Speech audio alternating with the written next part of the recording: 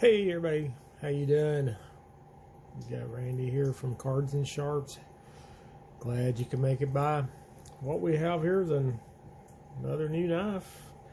As you can see on the box, it's a mini Osborne, the model number 945, which most people are familiar with the iconic Benchmade 940 Osborne, and this is the one they made in a mini version. I do not have a 940. Just never got one. I've admired them, and handled them, but did not have one. But I did get the mini because it intrigued me. Some of the knives I like.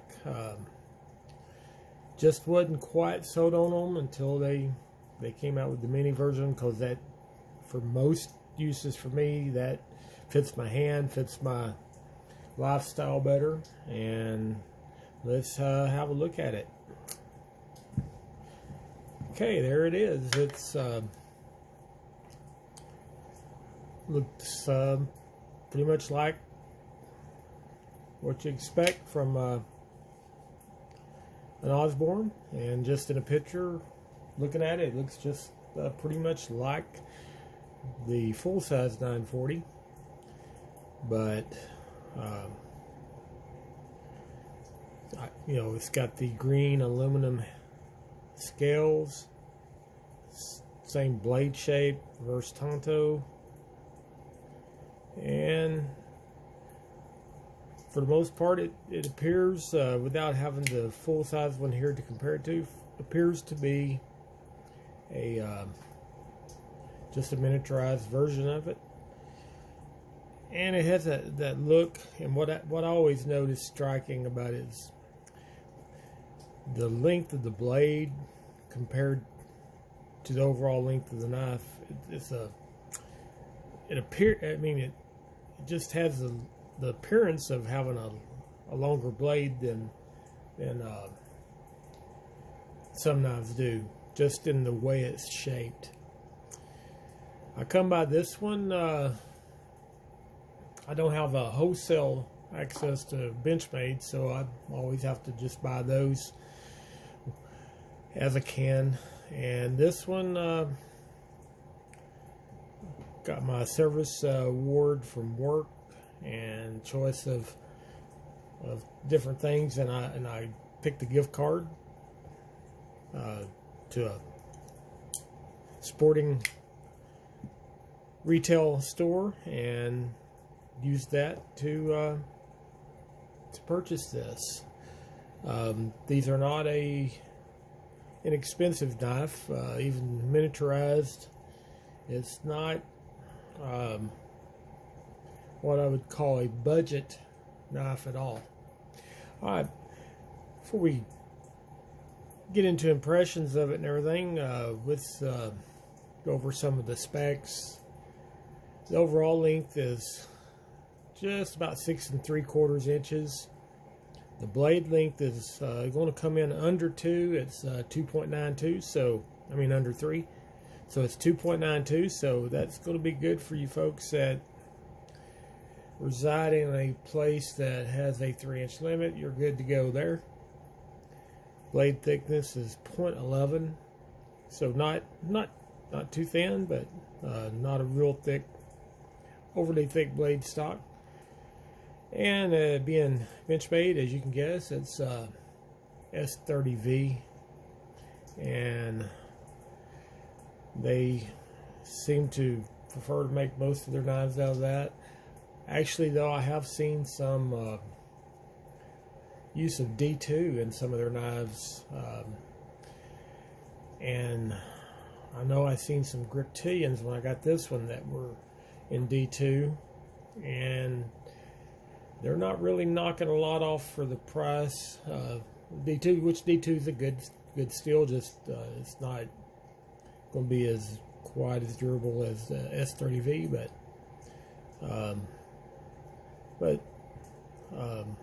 I don't shy away from it if I find a good knife I like in that. As I said, it's a reverse Tonto style flat grind, and this is the satin finish. They do make one knife in the black that is G10 and a black finish on the blade. The handle length is 3.84, and the handle is only 0.41 thick, so not a real thick knife. And it's aluminum, as I said, color green, and the weight is going to come in at 2 ounces, so it's a very light knife, so makes it very pocket friendly, everyday carry friendly. It's completely ambidextrous. The clip can be moved left or right. Got the thumb studs both sides, and of course the axis lock, which is accessible easily from either hand. Tip up carry, of course, and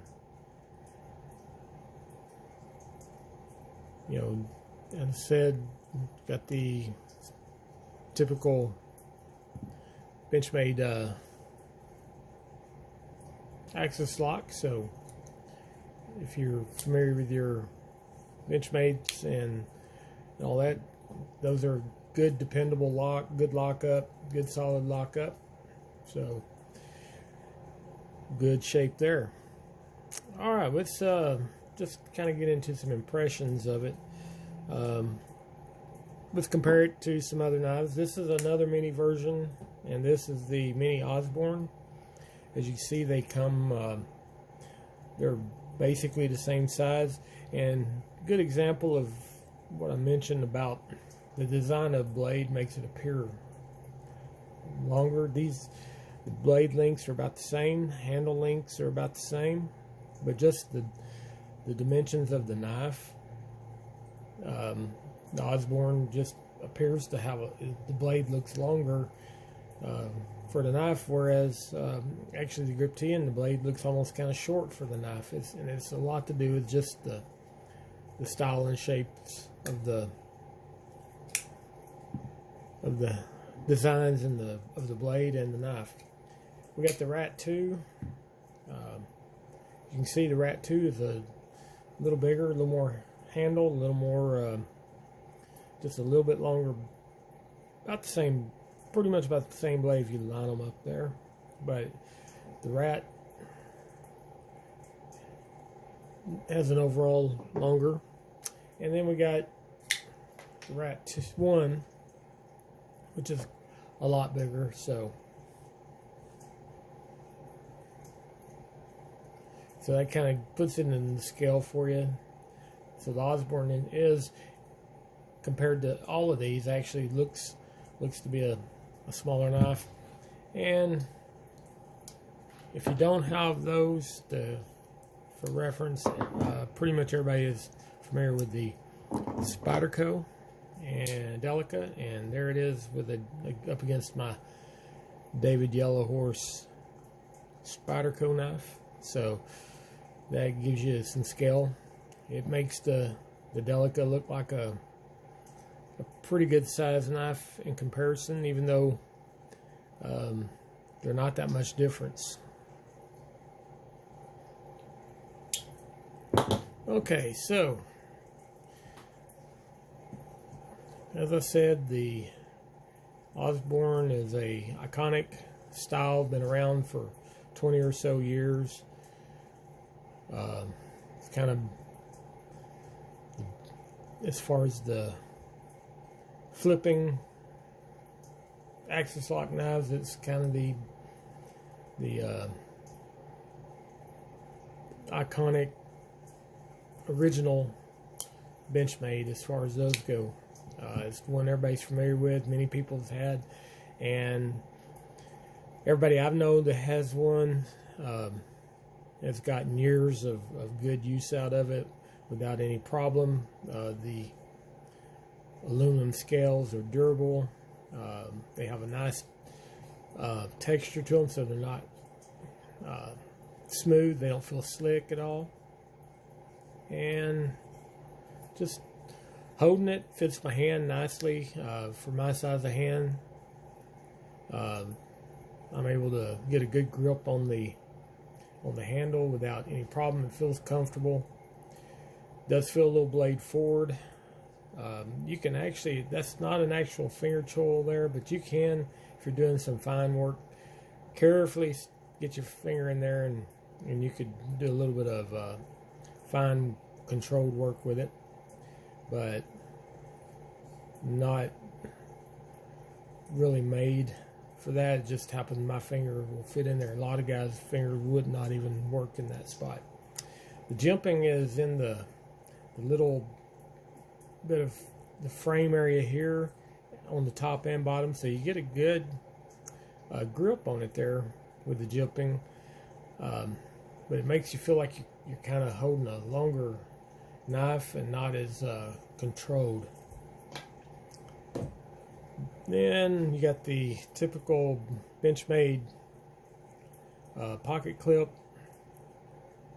As I said, it was ambidextrous, and it's got these nice magenta, purple, pinkish barrel spacers in there, which kind of make it, just gives it a little pop.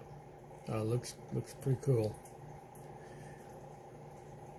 The blade, it came out of the box very sharp. I haven't cut anything with it yet, but I don't know if I can get close enough here where you can really see. It's sharp, but you can see it's kind of not a real polished edge on it. It's kind of almost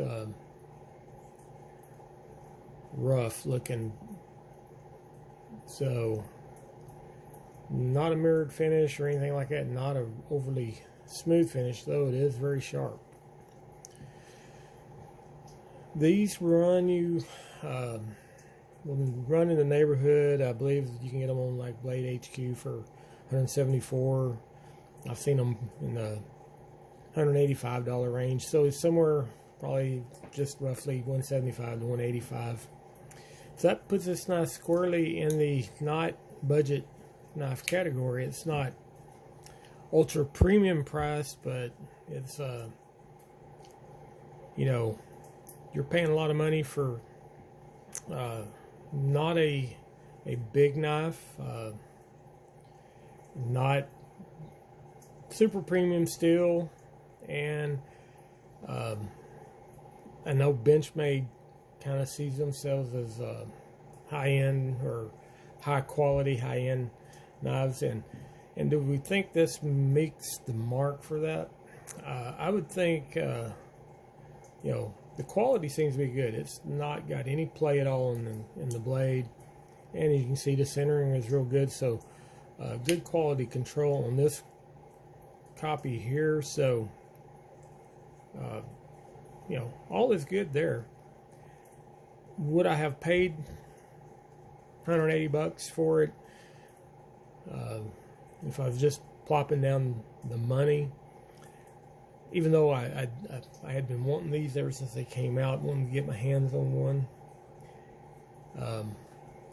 I don't know that I would have spent it, because I don't know that I see some refinedness that you might see in some more expensive knives.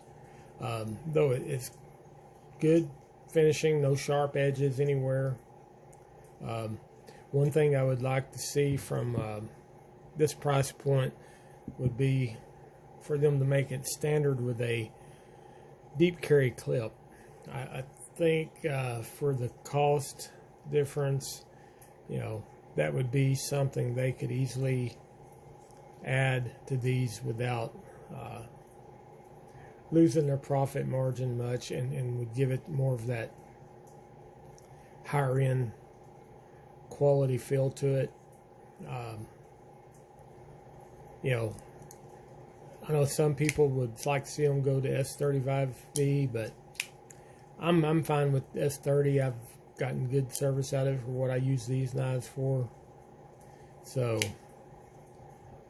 no problem there. Just overall, pretty good. I think also at this price point they could give you a cleaner edge on it, but it's sharp. I mean, you can't ask for more than that. But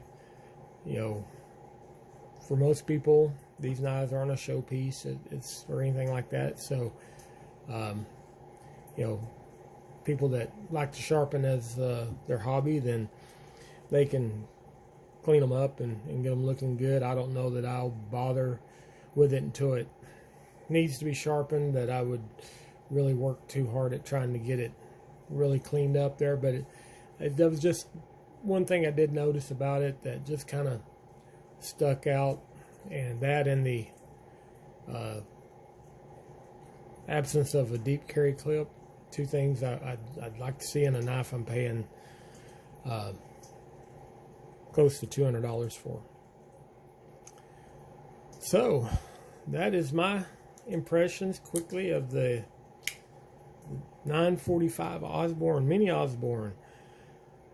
I will carry this one. I've put it in my pocket and just carried it around for a day. I've only had it a couple of days, and I like the feel of it in the pocket. I like the handle and the feel of it.